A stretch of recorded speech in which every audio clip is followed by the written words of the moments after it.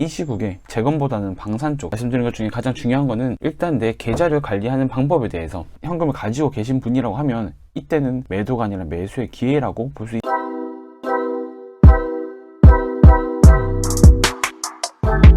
안녕하세요, 메이드입니다. 오늘 같이 볼 종목은 SY 같이 보도록 하겠습니다. SY 같은 경우는 시가총액 약 1530억 코스닥으로 구분되어 있는 회사입니다. 그리고 오늘 날짜의 기준은 9월 23일 기준으로 같이 보도록 하겠습니다. SY는 매수가 모두 끝났고 매도가 지금 진행되고 있는 점 먼저 말씀드리고요. 일단 SY 같은 경우는 이번에 1차 손절이 진행됐습니다. 좀 자세히 본다고 하면 이렇게 1차 손절이 진행됐고요. 일단 익절 한번, 손절 한번이 진행됐습니다. 이 손절이 된 이유는 중요 라인을 돌파해서 떨어졌기 때문에 이때 손절이 들어갔고요. 손절 가격은 3,130원, 거의 종가에 맞춰서 손절이 됐습니다. 종가까지 어떻게 형태가 나오는지 좀 보고 기다리고 있는 형태에서 쭉 밀어버린 상황이 나왔기 때문에 어쩔 수 없이 손절이 나온 부분이 있었습니다. 일단 SY 같은 경우는 전량 다 모두 다 손절을 한 건 아니고요. 왜 전량을 다 하지 않았는지, 그리고 왜 손절했는지 그 부분에 대해서 오늘 같이 이야기하는 시간을 가지겠습니다. 일단 SY를 저희가 전량 다 손절하지 않은 이유는 크게 두 가지입니다. 일단 두 가지 중에 같이 제가 앞에 매매했던 그 경험치에 같이 빗대서 본다고 하면 첫 번째는 바로 아시아나항공입니다. 아시아나항공을 같이 보신다고 하면 아시아나항공이 이렇게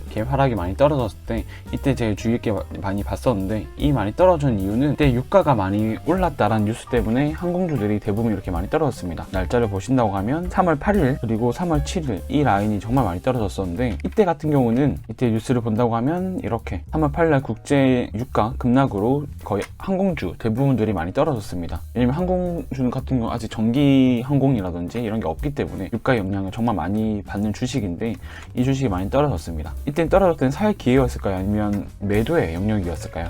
이때 만약에 먼저 샀던 분, 여기서 사신 분이라고 하면, 여기서 사신 분들이라고 하면 이까지 떨어지면 다 손절이 나갔을 겁니다. 이게 이탈이 안 됐다고 하지만 실제로는 여기 주요 라인이 이탈이 됐기 때문에 이 파동에서 많이 손절이 나갔을 겁니다. 하지만 이걸 현금을 가지고 계신 분이라고 하면 이때는 매도가 아니라 매수의 기회라고 볼 수 있을 겁니다. 이렇게 파동이 한번 나올 수 있다는 거는 충분히 기대할 수 있기 때문에, 왜냐면 그때 유가가 처음 떨어진 거고 이 폭락이 일시적일 거다 라는 이야기도 많이 있었기 때문에 폭락이 됐었습니다. 하지만 그게 장기화되면서 아직까지 유가가 안 잡히는 부분에서 이렇게 이제 줄줄 흘러내려가고 있는데, 이건 꼭 유가 문제뿐만 아니라 글로벌적인 이슈라든지 아니면 코로나 등등에 있어서 항공주에 지금 특별히 힘을 발하지 못하는 점이 이 주가 악영향에 같이 영향을 끼치고 있는 지금입니다. 그래서 제가 아까 말씀드리고 싶었던 것 중 하나가 SY 같은 경우도 지금 이렇게 여기 떨어지는 이유는 아시다시피 환율이라든지 아니면 금리 인상이라든지 환율 때문에도 많이 이렇게 가격이 떨어질 거라고 예상됩니다.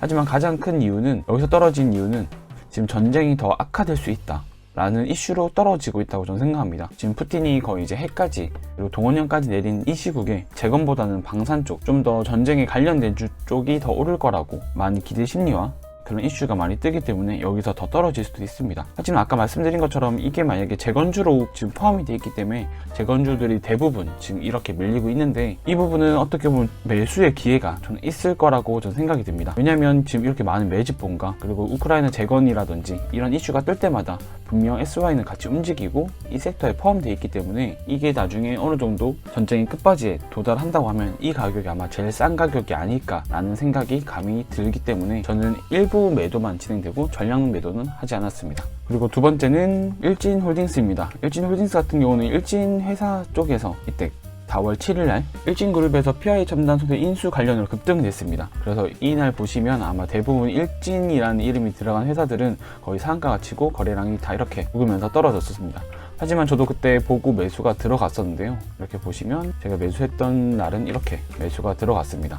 이렇게 매수가 들어가고 거래량이 다 죽는 거 보고 수익은 길고 손절은 짧게 라는 기준에서 여기가 이탈되면 저는 손절을 하려고 짧은 스윙을 보고 들어갔습니다. 그래서 좋은 파동이 나와서 이때도 약 수익 10%까지는 아니었지만 좋은 매매가 나왔고요. 그리고 여기서 떨어질 때 매도가 들어갔었습니다. 하지만 아까 말씀드린 것처럼 이렇게 거래량 없이 떨어지는 건 아주 좋은 기회가 될 수 있을 거라고 생각이 드는 것 같습니다. 하지만 여기서 매수했던 분들은 이게 떨어지고 이게 이탈되는 순간 여기서 높은 확률로 거의 손절이 나옵니다. 왜냐면 주요 라인을 다 이탈해버렸거든요. 하지만 저도 그렇게 생각을 하고 매도를 했는데, 매도를 하자마자 이렇게 40% 급등이 나왔습니다. 이게 20%? 약 20%, 27%? 제가 실제로는 40%까지 수익을 낼 수 없었겠지만 못해도 30% 정도는 수익을 낼 수 있었을 것 같아요. 그리고 다시 이걸 떨어진다 했을 때 여기서도 아주 많은 손절이 나왔을 건데 또 반등. 이런 식으로 크고 작은 반등이 계속 됐는데, 이 회사에 대한 세부적인 정보라든지 이 향후에 대한 뉴스는 제가 따로 찾아보지 않아서 정확한 이슈는 모르지만, 아까 말씀드린 것처럼 이런 악재가 나왔을 때는 어떻게 보면 마지막 개미 털기가 될 수도 있는 부분이 나오더라고요. 즉 이게 뭐 인수가 그때 미뤄졌다든지 아니면 고려를 해보는 상황이다라든지 이렇게 뉴스를 띄워놓고 다음날 아주 좋은 호재를 띄워버리는 경우도 수두룩 빽빽이 많이 일어나는 경우가 많이 있는 것 같습니다. 그렇기 때문에 이때 잘 중요했던 거는 이 관련된 종목들이 같이 움직이냐, 이 섹터에서 벗어났냐, 재료가 소멸이 됐냐 아니면 연기가 됐냐라는 부분이 정말 저한테 많이 중요하다고 많이 배웠던 것 같습니다. 그래서 다시 돌아보면 SY 같은 경우도 현재 재료가 소멸이 되거나 재료가 안 좋게 되거나 아니면 이 재료에 대해서 뭐 재건을 한국에서 담당하지 않는다, 아니면 이 SY나 회사가 아주 문제가 있더라, 이런 식으로 이 기업에 대한 문제가 있는 게 아니라 글로벌적인 이슈에 지금 환율과 그리고 금리에 대한 상승으로 주식시장에 대한 기대 심리가 떨어지고, 그리고 전쟁에 대한 더 확대로 시간의 연장에 대한 걸로 가격이 떨어진다고 하면 이 부분은 아주 좋은 매수가 될 수 있을 거라고 생각이 들기 때문에 전 전량을 다 팔지 않고 일부만 매도한 상태입니다. 아무리 좋은 주식이라 하더라도 결국엔 시장에서 이 가격을 받아주지 못한다라고 하면 그거는 더 이상 좋은 종목이라고 할 수 없기 때문에 전량 다 손절도 생각하고 있는 지금입니다. 저희가 주식을 하다 보면 쌀 때 사고 비싸게 파는 게 가장 제일 좋은 방법이고 누구나 그건 가장 쉽게 잘 알고 있지만, 반대로 공포가 왔을 땐 산다는 건 쉽지 않는 것 같습니다.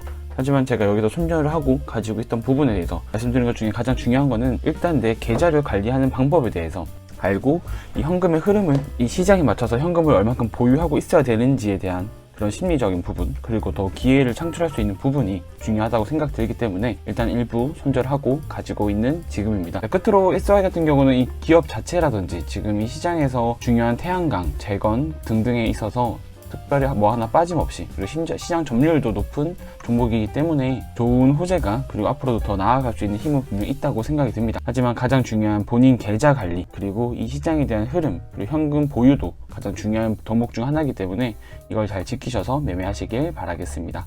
그럼 여러분 모두 부자 되세요. 안녕.